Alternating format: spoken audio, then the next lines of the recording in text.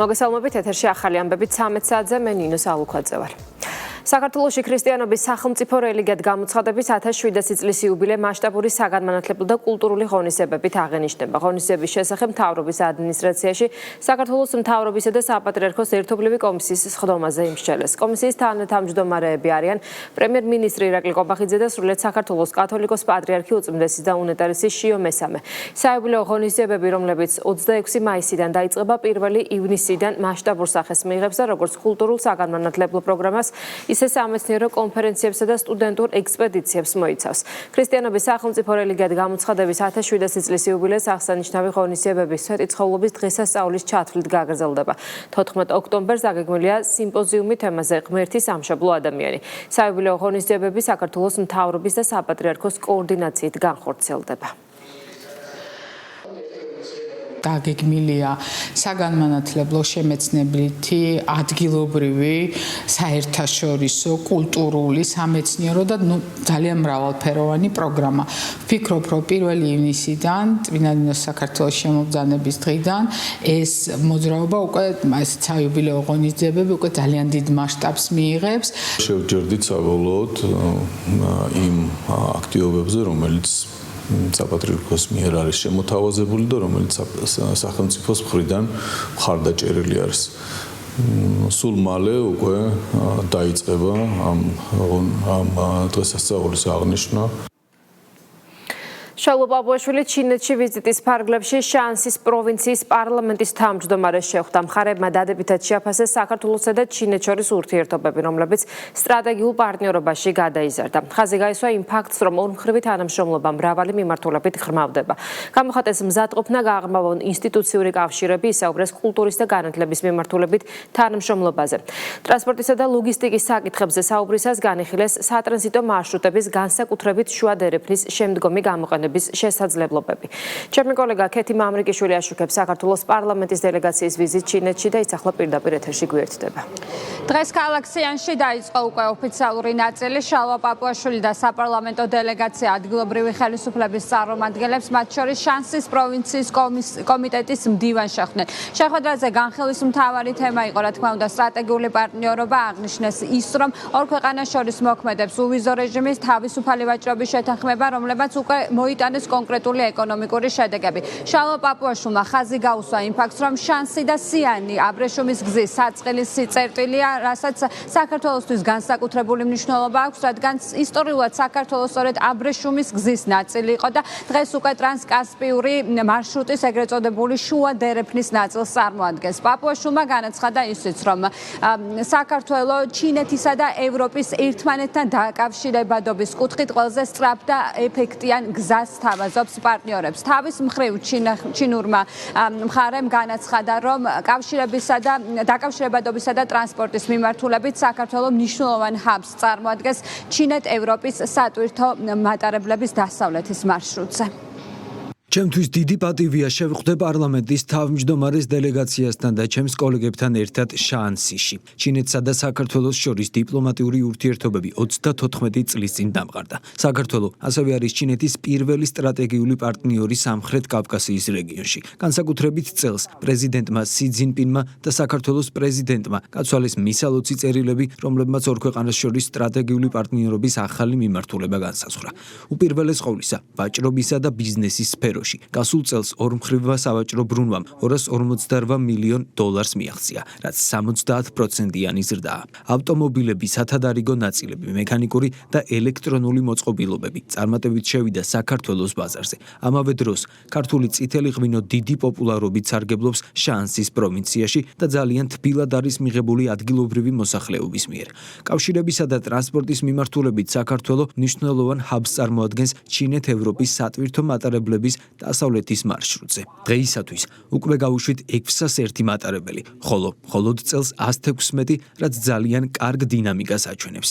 ამჟამად ჩვენს ორ მხარეს შორის უკვე ფუნქციონირებს 6 საერთაშორისო სატვირთო ავიამარშრუტი. გვჭერა, რომ ერთობლივი ძალისხმევით 2027 წელს შესაძლებელი იქნება შიანსსა და თბილისს შორის პირდაპირი სამგზავრო ავიარეისების ამოქმედება. ამჟამად შანსიში 3 ქართველი სტუდენტი სწავლობს. ეს გვაჩვენებს, რომ ზემოხსენებულ სამსფეროში თანამშრომლობა უკვე მნიშვნელოვან შედეგებს იძლევა და მომავალში კიდევ უფრო დიდ პროგრესს ველით. ვიმედოვნებთ, რომ ეს ვიზიტი კიდევ უფრო გააძლიერებს ჩვენს მეგობრობასა და თანამშრომლობას სხვადასხვა დონეზე და სფეროში.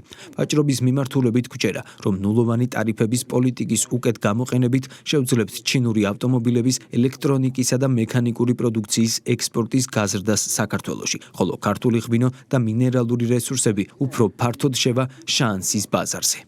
ბოლო 20 წლის განმავლობაში ეს არის პირველი შემთხვევა, როდესაც საქართველოს პარლამენტის თავმჯდომარის დელეგაცია ჩინეთში იმყოფება. ეს ნათლად აჩვენებს, რამდენად დიდ მნიშვნელობას ვანიჭებთ ჩვენს ქვეყნებს შორის ურთიერთობებს, რომლებიც 2 წლის წინ სტრატეგიულ პარტნიორობამდე ავიდა. დღეს ჩვენს ორ ქვეყანას შორის მოქმედებს უვიზო რეჟიმი და თავისუფალი ვაჭრობის შეთანხმება, რომელმაც უკვე მოიტანა კონკრეტული ეკონომიკური შედეგები. საბაჭრო პროდუქციის დაახლოებით 95% გათავისუფლებულია გადასახადებისგან და თავისუფალი ვაჭრობის შეთანხმება ფარგლებში ექცევა, როგორც თქვენ აღნიშნეთ, შანსი და სიანი აბრეშუმის გზის საწყისი წერტილია და ამას საქართველოსთვისაც განსაკუთრებული მნიშვნელობა აქვს. ისტორიულად საქართველოს აბრეშუმის გზის ნაწილი იყო, ხოლო დღეს ტრანსკასპიური მარშრუტის ეგრეთ წოდებული შუა დერეფნის ნაწილია. ეკონომიკური განვითარების თვალსაზრისით ჩინეთი საქართველოსთვის ერთ-ერთი მისაბაძი მაგალითია. ბოლო 5 წლის განმავლობაში საქართველოს ეკონომიკა საშუალოდ დაახლოებით 9%-ით იზრდებოდა. ამან შესაძლებელი გახადა, რომ ბოლო 10 წლეულის განმავლობაში ეკონომიკა თითქმის გასამმაგებულიყო. უმუშევრობა, რომელიც 10 წლის წინ 30% იყო, წელს 9%-მდე შემცირდა და ჩვენი მიზანია 2028 წლისთვის 3-4%-მდე დავიყვანოთ. ამავე პერიოდში ერთ სულ მოსახლეზე მთლიანი შიდა პროდუქტი 2020 წლის დაახლოებით $4,500-5,000-დან წელს $10,000-ზე მეტამდე გაიზარდა. ეს აჩვენებს, რომ ჩვენ ჩინეთის მაგალითის გათვალისწინებით სწრაფი განვითარების გზას მივყვებით. დღევანდელი ეკონომიკური მაჩვენებლები აჩვენებს, რომ ამ ზრდის ტემპის შენარჩუნებას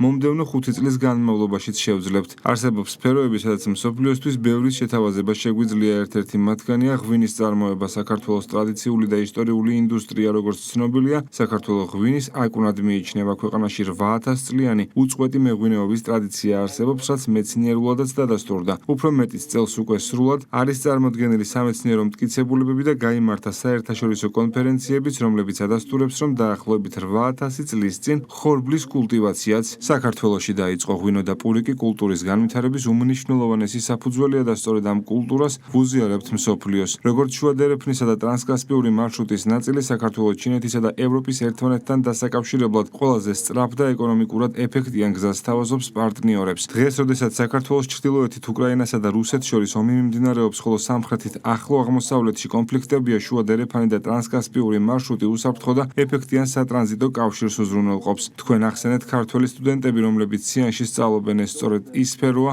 სადაც ჩინეთთან თანამშრომლობისა და გამოცდილების გაზიარების მიმართ განსაკუთრებული ინტერესი გვაქვს. ამჟამად საქართველოში მიმდინარეობს განათლების სისტემური რეფორმა, როგორც სკოლებსა და უნივერსიტეტებში, ისე სასწავლო პროგრამების, კურიკულუმებისა და ინფრასტრუქტურის მიმართულებით. მომავალ კვირას საქართველოს განათლების მინისტრი ჩინეთს ეწვევა და ექნება შესაძლებლობა ჩინელ კოლეგებთან გამართოს შეხვედრები. სურსაკაც აღნიშნო, რომ ჩვენ დიდი სურვილი გვაქვს განათლების სფეროში თანამშრომლობისა და გამოცდილების გაცვლის. ჩინეთის განათლების სისტემა მსოფლიოში ერთ-ერთი ყველაზე განვითარებულ და მაღალხარისხიან სისტემად მიიჩნევა. უკვე ბევრი ქართველი სტუდენტი სწავლობს ჩინეთში, მათ შორის ჩინური სტიპენდიების მხარდაჭერით, რისთვისაც განსაკუთრებულ მადლობას გამოვხატავთ. დასასრულს ჩვენს ქვეყნებს შორის ურთიერთობები ასევე გლობალური პროცესებისა და საერთაშორისო საკითხების მნიშვნელოვანი ნაწილია.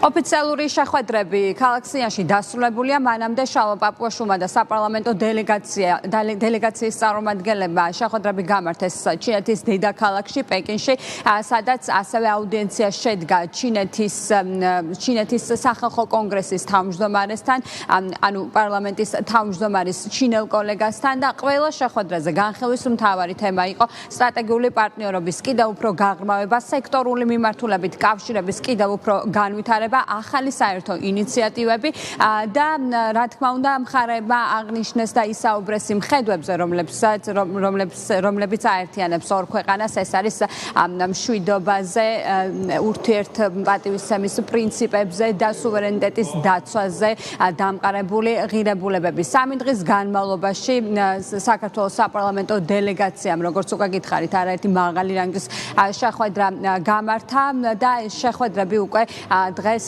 მედიასთან შეაჯამეს, როგორც პარლამენტის თავმჯდომარემ, ასევე დელეგაციის წევრებმა განაცხადეს ისიც, რომ ბოლო 20 წლის განმავლობაში პარლამენტის თავმჯდომარის პირველი ოფიციალური ვიზიტი ჩინეთის სახალხო რესპუბლიკაში იყო საკმაოდ ნაყოფიერი და საკმაოდ მნიშვნელოვანი იმისათვის, რომ ორ ქვეყანას შორის, როგორც საპარლამენტო კავშირების მიმართულებით, ასევე ზოგადად სექტორული მიმართულებებით კავშირები კიდევ უფრო გაღრმავდეს.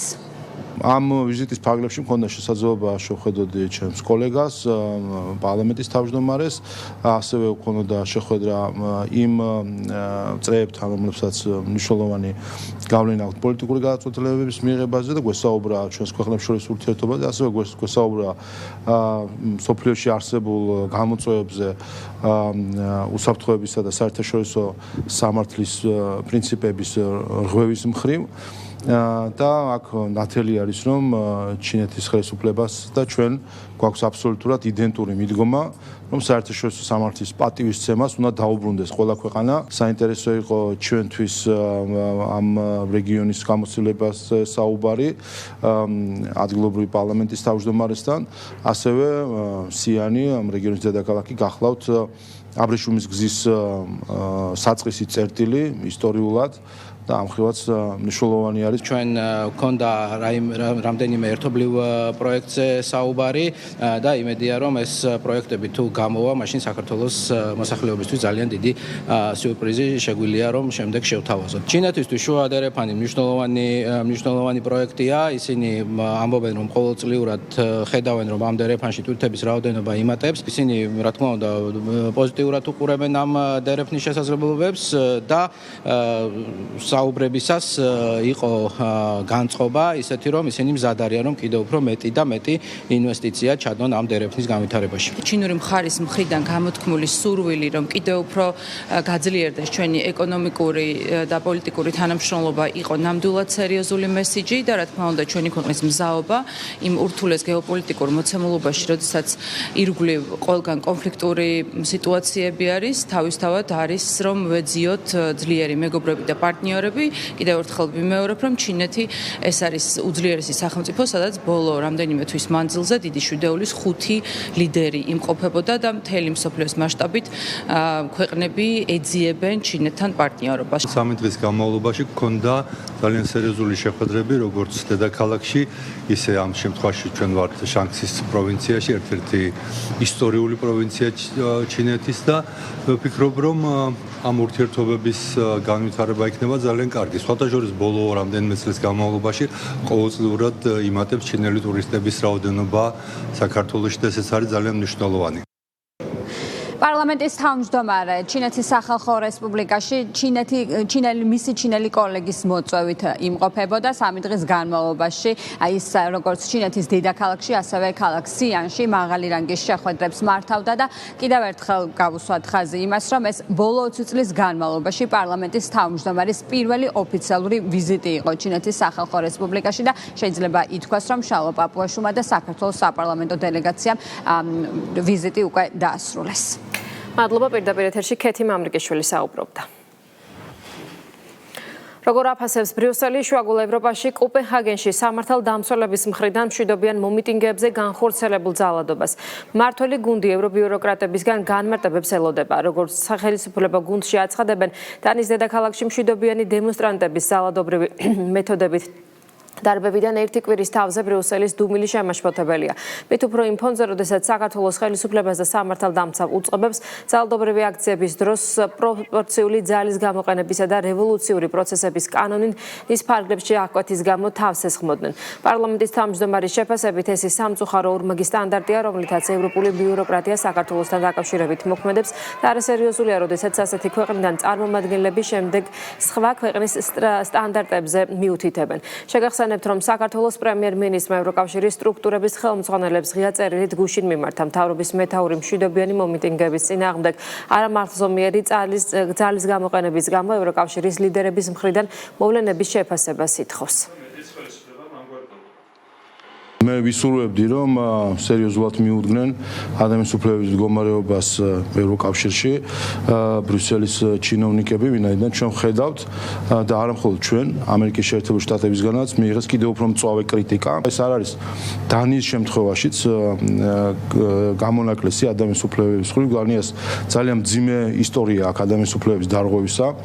10 წლეულების განმავლობაში 90-იანი წლების ჩათვლით, იცით რომ გრენლანდიის მოსახლეობის ქალი მოსახლეობის ნახევარის იძულებით და მოტყუებით სტერილიზაცია განახორციელა დანიის ხელისუფლებამ, მაშინ როდესაც იყო ევროკავშირის წევრი უკვე. დაწერდა სოციალურ ექსპერიმენტებს გრენლანდია ბავშვებზე, რომელსაც იტაცებდნენ მათი ოჯახებიდან, გამოჰყავდათ და უგზალავდნენ საკუთარ მშობლიურ ენაზე საუბარს და სოციალური ექსპერიმენტი იყო, რომ აღეზარდათ ჭეშმარიტ დანიელ მოქალაქეებად.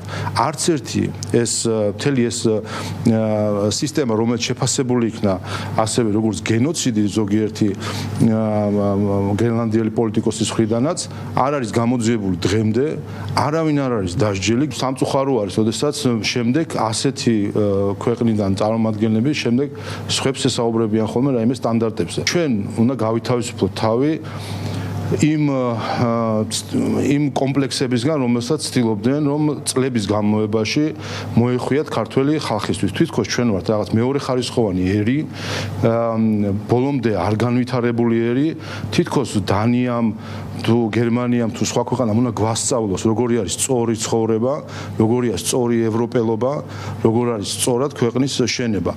იქით ვასწავლის ყველას, რას ნიშნავს ევროპელობა და რას ნიშნავს ადამიანის უფლებები. მაშინ, როდესაც სრულებით ორმაგი სტანდარტი აქვს დამკვიდრებული და საქართველოსთან მიმართებით საკმაოდ მაღალ დონეზე პოლიციის მხრიდან მართული დემონსტრაციები იყო ყველაზე დიდი კრიტიკით დაგმობილი, ვფიქრობ, რომ ეს მინიმუმია, რაც შეგვეძლო გაგვეკეთებინა, როდესაც ვხედავთ თუ როგორი ბრუტალური ფორმით ეპყრობოდნენ დანიაში პოლიციელები დემონსტრანტებს. ეს კიდევ ერთხელ მიუთითებს ამ ევრობიუროკრატების და ევროჩინოვნიკების უსამართლობას, ორმაგ სტანდარტზე, პირდაპირ თქვით უნამუსობას. აბა ჩვენთან ფეხი რო გადაუბრუნდეს რომელიმე აქტივისტს. ესე იგი, ჯერ ხო ადგილობრივი აქ უსამშობლოების წარმომადგენლობა და ბრიფინგზე მოაწყობენ მათი ეგრეთ წოდებული უფლებადამცველები. მეორე ტალღა ეს იქნებოდა ელჩების განცხადებები აქ რო გვყავს, რომელიც ვერ იტანენ ჩვენ სახელმწიფოს და სახელმწიფოებრიობას. მესამე ტალღა იქნებოდა ევროჩინოვნიკები, რაისა კომუნისტკა, იქით კუბილიუსა, ვარსკვლავ რიცხველი, კალასი, თავქარიანი, ჩვენ არც ველოდებით, ან რა პასუხი უნდა გასცეს. როგორც გერმანიის ელჩი გარბოდა და ემალება თქვენს კოლეგებს, ჟურნალისტებს ამ თემაზე საპასუხო. ისევე როგორც ჰერჩინსკი. სად არის ჰერჩინსკი? გამოდი, აბა, ევროკავშირის წარმომადგენელი ხო ხარ საქართველოში? ის რაც მოხდა დანიაში, დაგმე? დაგმოდა შენს დაგმობენ შენი კოლეგები იქიდან. საქართველოს სასამართლოების მურიგი აღიარება სტრასბურგის სასამართლომ საქმეზე მილაძე საქართველოს წინააღმდეგ დაადგინა, რომ ქართულმა სასამართლოებმა საქმეზე ჩაატარეს საფუძვლიანი და დაბალანსებული შეფასება. გამიჩნდეს მკაცრი პოლიტიკური კრიტიკა მტრული პირადი შეურაცხყოფისგან. საქმე ეხებოდა 2022 წელს TikTok-ზე გავრცელებულ ვიდეოს, რომელშიც მომჩივანმა ოპოზიციონერმა აქტივისტმა ირაკლი მილაძემ თბილისის მერის თანამშრომლებისა და პოლიციის მისამართით უხამსი და შეურაცხყოფელი გამონათქვამები გამოიყენა. ეროვნულმა სასამართლოებმა მას კანონით გათვალისწინებული მინიმალური ოდენობის 500 ლარის ჯარიმა დააკისრეს, თუმცა ამის მიუხედავად მილაძეს მხარდაჭერას უცხადებდნენ ხელისუფლების ოპონენტები და ქვეყნის გარედან დაფინანსებული მედია საშუალებები. ნეტგაზეთი, ჯემნიუსი და რადიო თავისუფლება მილაძის უხამს გამონათქვამებს კრიტიკას უწოდებდნენ, მის მიმართ დაკისრებულ ჯარიმას კი ცენზურა დაფასებდნენ. სახელმწიფო გუნდის წევრების განცხადებით სტრასბურგის გადაწყვეტილებით კიდევ ერთხელ დადასტურდა, რომ სიძულვილის კამპანიის წინააღმდეგ მიმართული ინიციატივა მნიშვნელოვანი და დროულია. საქმეში მილაძე საქართველოს წინააღმდეგ სასამართლომ დაადგინა, რომ გამოხატვის თავისუფლების დარღვევას ადგილი არ ქონია. ქართულმა სასამართლოებმა საქმეზე ჩაატარეს საფუძვლიანი და დაბალანსებული შეფასება, გამიჯნეს მკაცრი პოლიტიკური კრიტიკა მტრული პირადი შეურაცხყოფისგან, რომელიც კონვენციით დაცული არ არის. სასამართლომ განსაკუთრებით გაითვალისწინა გამოყენებული აგრესიული და ვულგარული ენა, აგრეთვე ფართოდ გამოყენებულ სოციალურ პლატფორმაზე გავრცელებული სექსუალური ხასიათის პირადი შეურაცხყოფის შესაძლო გავლენა, განსაკუთრებით ახალგაზრდებზე. ეს ყველაფერი ჩვენ თუ დავაკვირდებით, არის სრულიად გარედან თავსმოხვეული სიძულვის კამპანიები. შეგახსენებ და მათ შორის აი გუშინი იყო ზუსტად სტრასბურგის სასამართლოს გადაწყვეტილება, რომელმაც საბოლოო ჯამში ბეჭედი დაუშვა საქართველოს ხელისუფლების პოლიტიკას და სრული მხარდაჭერა არის ამ გადაწყვეტილებით, ამ პოლიტიკის მიმართ. ეს საქმე სტრასბურგში წაიღო საქართველოს ახალგაზრდა იურისტთა ასოციაციამ. მისგან ფინანსდება საია, ევროკავშირისგან ფინანსდება. ანუ წაიღო საიამ სტრასბურგში და ამტკიცებდა, რომ ადამიანისთვის დედის გინება არის ჩვეულებრივი დემოკრატიისთვის დამახასიათებელი, ასე ვთქვათ, მოვლენა და უშუალო სიტყვებით შეურაცხყოფა, სიძულვის ენა ეს უნდა იყოს ჩვეულებრივი დისკუსიის დემოკრატიული ასე ვთქვათ, მსჯელობის ნაწილი. პოლარიზაცია რაც არის და ხელოვნურად არის წახალისებული გარკვეული არასამთავრობოების თუ საერთაშორისო ორგანიზაციების მხრიდან და განსაკუთრებით ახალგაზრდების ჩართულობით. აი ამის პრევენციას ვაკეთებთ, რომ რამენაერად შევამციროთ. ბუნებრივია, სრულად ამის აღმოფხვრა ალბათ რთული იქნება, მაგრამ მნიშვნელოვან დროს შემცირდეს, ამისთვის დიახ, მნიშვნელოვანი ბერკეტები აქვს შესაბამის უწყებას. სააკაშვილი ბოკერია გვარამიას ალიანსის წევრებს შორის ისევ დაპირისპირება. 18 მაისს ალიანსის წევრებმა შეხვედრა გამართეს, თუმცა რეგიონებში აქტივისტებთან გამართული შეხვედრის მსგავსად ნაცმოძრაობა არც ამ შეხვედრაში მონაწილეობდა. სააკაშვილის პარტიაში ამბობენ, რომ ოპოზიცია აქციისთვის ემზადება და შეხვედრა ტექნიკური ხასიათის იყო, თუმცა რატომ არ ესწრებოდნენ ნაცმოძრაობის წარმომადგენლები აქციის მოსამზადებელ შეხვედრას, ლაშა ფარულავა ვერ განმარტავს. ოპოზიციურ პარტიებს შორის დაპირისპირება არ უკვირს სახელმწიფო გუნდში. მათ აქვთ მოლოდინი, რომ ეს გაერთიანება წინა ალიანსების მსგავსად დაიშლება. რაც შეეხება უშუალოდ აქციას, ქართულ ოცნებაში ხაზს უსვამენ, რომ 26 მაისს ქვეყანა უმნიშვნელოვანეს თარიღს, ქვეყნის დამოუკიდებლობის დღეს აღნიშნავს. ოპოზიციური მარგინალთა ჯგუფი კი ცდილობს, რომ გარე დამკვეთების დირექტივები შეასრულოს. რაც შეეხება ტექნიკურ შეხვედრებს, ლოგისტიკურ საკითხებზე, შეიძლება ჩვენი წარმომადგენელი არ ესწრებოდა, თუმცა ჩვენ ვართ მუდმივ რეჟიმში, სამუშაო პროცესში, ჩვენ ვართ ერთიანები. 26 მაისს ჩვენ აღნიშნავთ ჩვენი ქვეყნის დამოუკიდებლობის დღეს და ქართული ხალხის ზეიმი იქნება ეს. და რა თქმა უნდა, ხედავთ, რომ ყავს მარგინალების ჯგუფი, რომელიც მიზანი არის ერთადერთი რამ, რომ თავები დაანახოს თავის პატრონებს, ასე რომ ეს დანახების პოლიტიკა, რომელიც მათ აქვს, შეუძლიათ ასე აწარმოონ და იყვნენ თავის დამკვეთებთან ამ ურთიერთობაში. ქართული ხალხი აღნიშნავს დამოუკიდებლობის დღეს და იქ იქნება ქართული ხალხი დამოუკიდებლობის დღის აღსანიშნავად. ეს მარგინალური ჯგუფი პოლიტიკოსებისა თუ აქტივისტებისა მხოლოდ ერთი რამით არის დაინტერესებული, რომ რაიმენაირად ასიამოვნონ უცხოელებს, რომელიც მათ დაკვეთებს აძლევენ. ჩვენი საზოგადოება თვალყურს ადევნებს, თუ როგორი დაპირისპირება არის შექმნის დღიდანვე ალიანსის და მე დარწმუნებული ვარ და ყოველთვის ვამბობდით ერთ რამეს, რომ ეს ალიანსი არის განწირული დაშლისკენ, ისევე როგორც ყველა ალიანსი, რომელსაც ისინი ცდილობდნენ, რომ შეექმნათ და შესაბამისად ეს წინასაარჩევნო პერიოდში იყო თუ არჩევნების მერე ისე ვიშლებოდნენ და გამომდინარე აქედან ჩვენ უყურებთ სწორედ ამ პროცესს, რომ რეალურად ადამიანები, რომელთა ხედვებიც აბსოლუტურად განსხვავდება ერთმანეთისგან, ნამდვილად ვერ იქნებიან ერთსულოვანი ჩვენი ქვეყნის განვითარების პოლიტიკაში. მანიპულაციური კამპანია და საზოგადოების შეცდომაში შეყვანის მცდელობა ოპოზიციური ჯგუფები პატიმრების რაოდენობის ზრდასთან დაკავშირებით სპეკულირებენ. პარალელს ავლებენ ნაციონალური მოძრაობის ხელისუფლების დროინდელ მონაცემებთან და ამბობენ, რომ თითქოს ახლანდელი სტატისტიკა ისტორიულ მაქსიმუმზეა. კამპანიას პენიტენციური სამსახური ეხმაურება. გავრცელებულ განცხადებაში აღნიშნულია, რომ 2025 წლის 31 დეკემბრის მდგომარეობით საპატიმროებში სასჯელს 8702 მსჯავრდებული იხდიდა. სტატისტიკის მიერ გამოქვეყნებული მონაცემები კი რაც კამპანიის მონაცემებს მონაწილეებმა სპეკულაციებისთვის გამოიყენეს ქვეყნის მასშტაბით ყველა მსჯავრდებულ პირს, მათ შორის არასაპატიმრო სასჯელ მისჯილ პირებს მოიცავს. დეზინფორმაციულ კამპანიასთან დაკავშირებით სახელმწიფო გუნდში აღნიშნავენ, რომ საზოგადოების შეცდომაში შეყვანას მათ შორის ბრიუსელიდან დაფინანსებული მედიებიც ცდილობენ.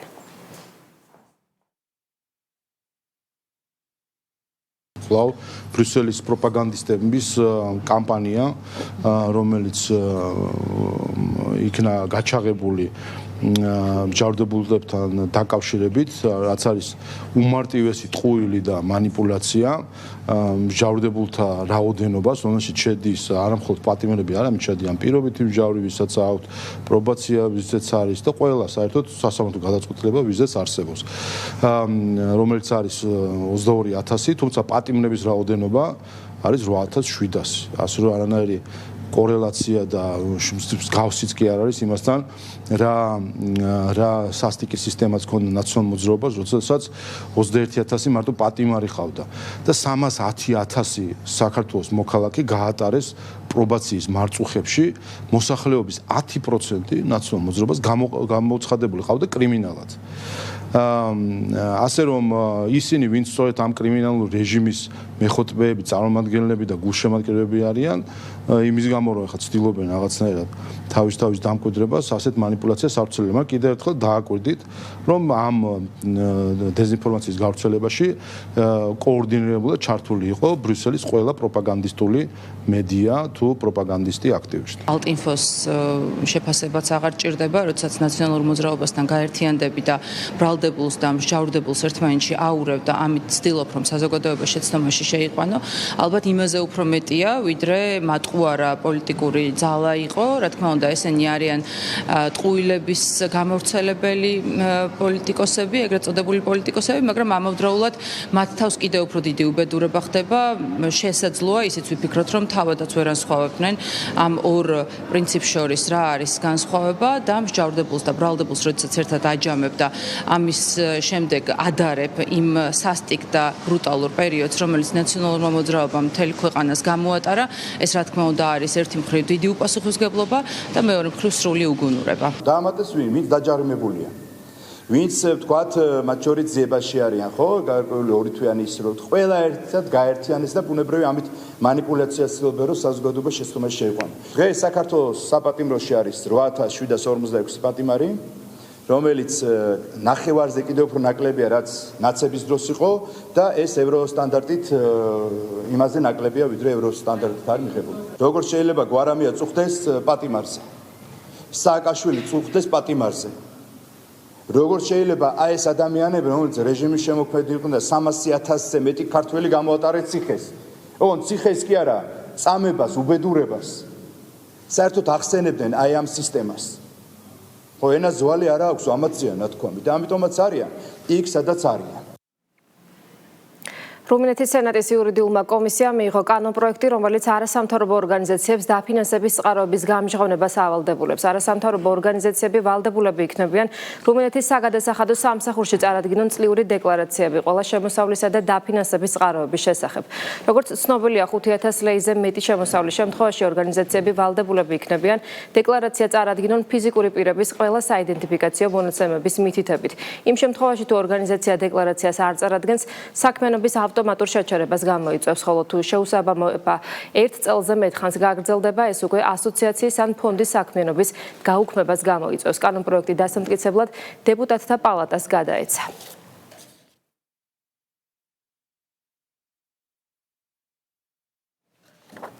დღეიდან დიდ ბრიტანეთში რუსული ნავთობისგან წარმოებული პროდუქტების, დიზელისა და საავიაციო საწვავების შეტანა ისევ შესაძლებელია. დიდი ბრიტანეთის მთავრობამ სანქცირებულ გადამუშავებულ ნავთობპროდუქტებზე გენერალური სავაჭრო ლიცენზია გამოსცა.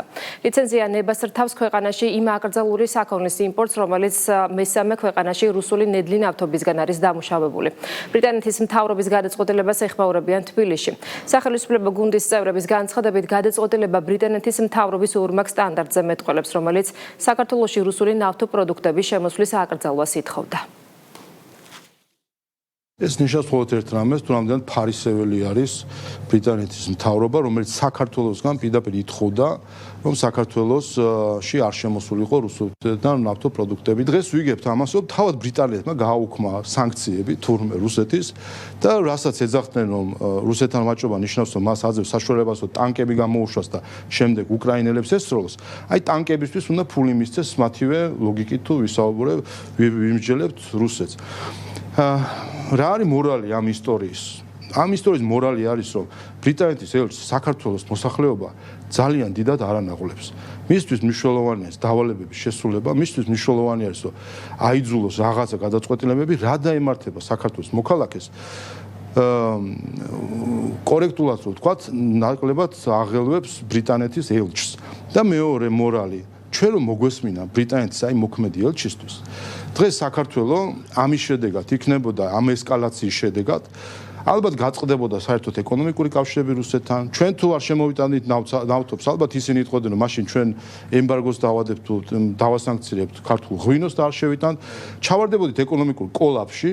ეხლა ვიქნებოდით არა 10%-მდე ეკონომიკური ზრდის მაჩვენებლებით, არამედ ვიქნებოდით დანგრეული ეკონომიკა. ჩვენ გამოვიარეთ ის პერიოდი, გახსოვთ თქვენ, რომ სანქციები უნდა დაუწესოთ რუსეთსო და აქ ელჩების კორიანტელი აქ კაბინეტებში დარბოდნენ. მათ შორის საერთაშორისო ორგანიზაციების წარმომადგენლები, ადგილობრივი უსამშობლოები, ხო, აქციებს გვიწყობდნენ.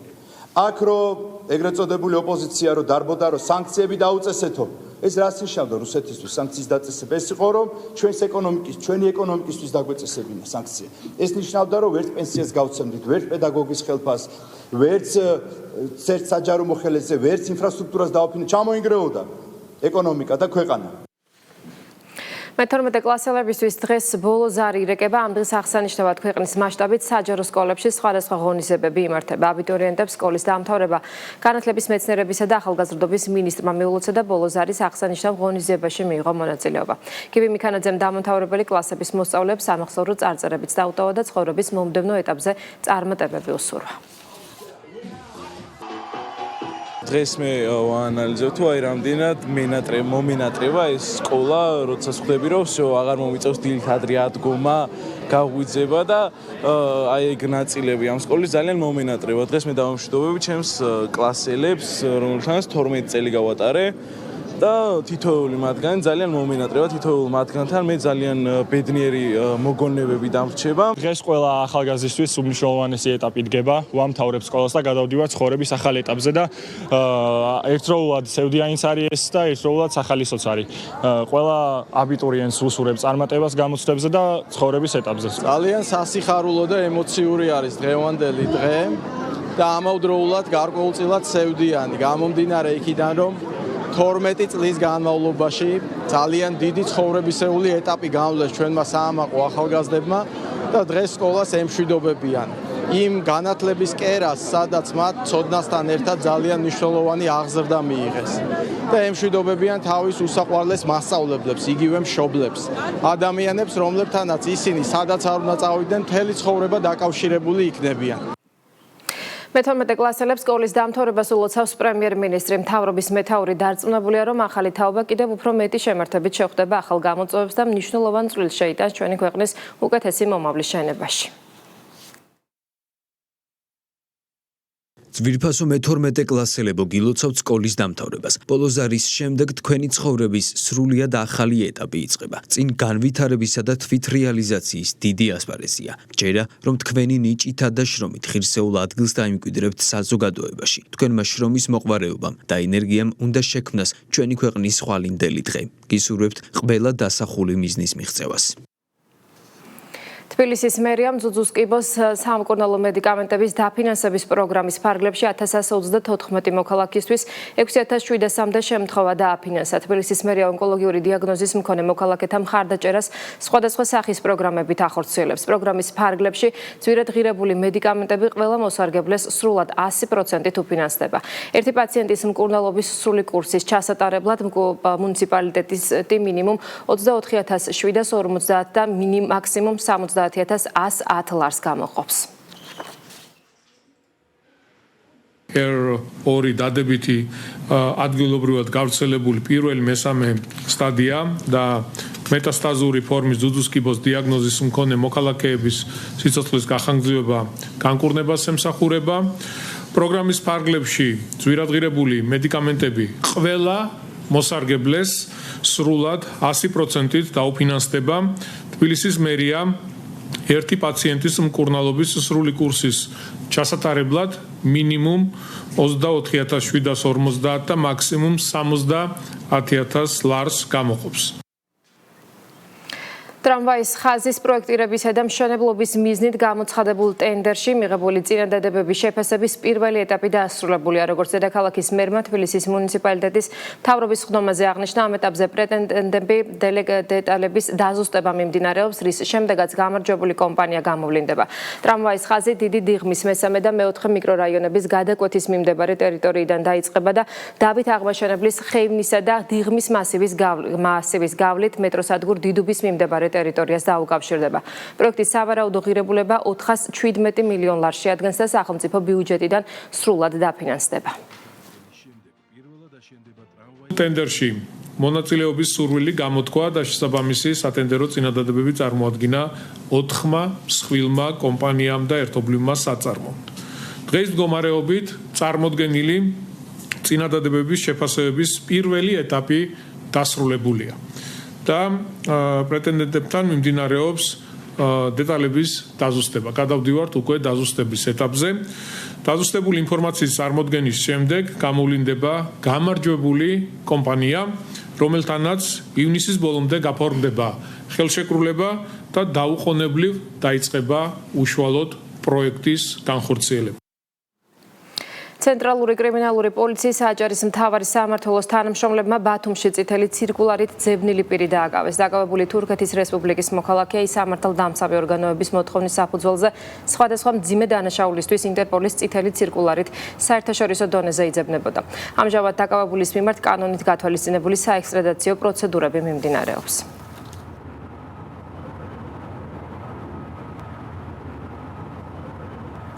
განსაკუთრებით დიდი ოდენობით ნარკოტიკული საშუალებების უკანონო შეძენა, შენახვისა და რეალიზაციის ხელშეწყობის ბრალდებით პოლიციამ თბილისში რუსეთის მოქალაქე დააკავა. დაკავებული მამაკაცის პირადი დროებითი საცხოვრებელი ბინიშხრაკისას და სხვადასხვა ადგილიდან მიტკიცება დამოღებულია განსაკუთრებით დიდი ოდენობით ნარკოტიკული საშუალებები, მათ შორის კოკაინი და მეთადონი. პოლიციის მიერ ასევე ამოღებულია ნარკოტიკული საშუალებების დაფასოებისთვის საჭირო მასალები და ფული. დანაშაული 20 წლამდეან უვადო თავისუფლების აღკვეთას ითვალისწინებს.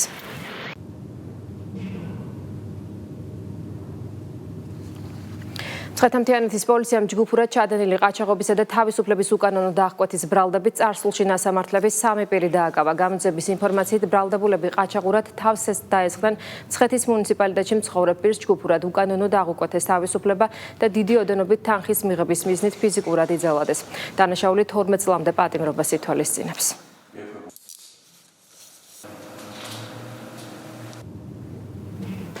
აჭარის მთავრობის თავმჯდომარე წარჩინებულ სტუდენტებს შეხვდა, რომლებმაც აჭარის მთავრობის სტიპენდიები მოიპოვეს. ურა პატარაძემ რეგიონის წარმატებულ ახალგაზრდებს მიღწეული შედეგები მიულოცა. აჭარის განათლების სამინისტროს პროგრამის ფარგლებში 2025 წლიდან წარჩინებულ ახალგაზრდებს სემესტრულად 1000 ლარიანი სტიპენდია გადაეცემათ. წელს სტიპენდიათა რაოდენობა გაურმაგდება და ჯამში 300 სტუდენტი დაფინანსდება.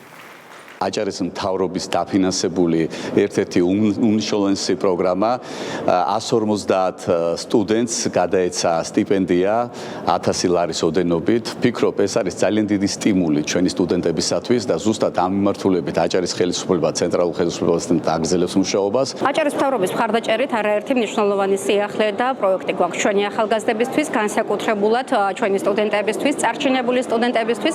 სამთავრობო სტიპენდია იქნება ის დახმარება, ის მამოტივირებელი ძალა და პროექტი, რომელიც მათ მისცემს შესაძლებლობას უფრო აქტიურები იყვნენ საუნივერსიტეტო ცხოვრებაში. ვარ ერთ-ერთი მათგანი, რომელმაც აიღო ეს სტიპენდია. დღეს აქ ყოფნა ნიშნავს იმას, რომ მომავალი სწავლის საფეხურისთვის გვაქვს უფრო მეტი мотиваცია და მიზანი, რათა უფრო მეტი და მეტი შევძლოთ და გავაკეთოთ ჩვენი მომავლისთვის. ახალი ამბავი პირდაპირ ეთერში 16 საათზე დაბრუნდება, ეთერს კი ბიზნეს პოსტი გააგრძელებს დროებით.